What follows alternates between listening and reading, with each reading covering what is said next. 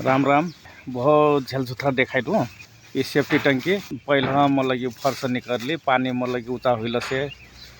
दोसर ऊँचा सोची गई का तब मतलब कि सेफ्टी टंकी बनाए बर हेरे प्लास्टर निकल तो अब मूस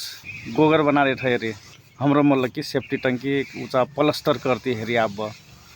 ये साढ़ू उक्र लागल बाट साढ़ू जी ये हजुर के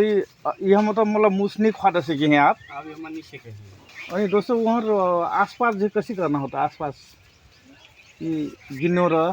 वहाँ खोदे तो फिर पेल जाए पानी करे तो परी सकूँ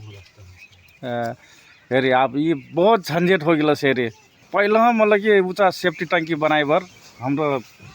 गिनो र ऊँचा प्लास्टर करे थे कल से ये ऊँचा नहीं हुई ना हेरी पानी नहीं सोच से कि प्लास्टर कर भी तो पानी नहीं सोच से कि कहीं का मतलब ना सोच भी ये सेफ्टी टंकी बिगड़ जाए हेरी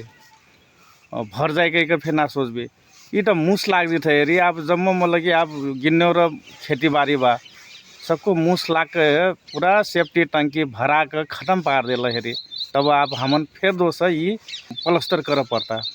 ली तो धन्यवाद ना हजुर फिर सेफ्टी टंकी बनाए बर बिल्कुल प्लास्टर वलस्टर कर भी है एकदम सेफ्टी टंकी ना सेफ्टी बना के मतलब कि बनाई भी हस धन्यवाद जय नेपाल।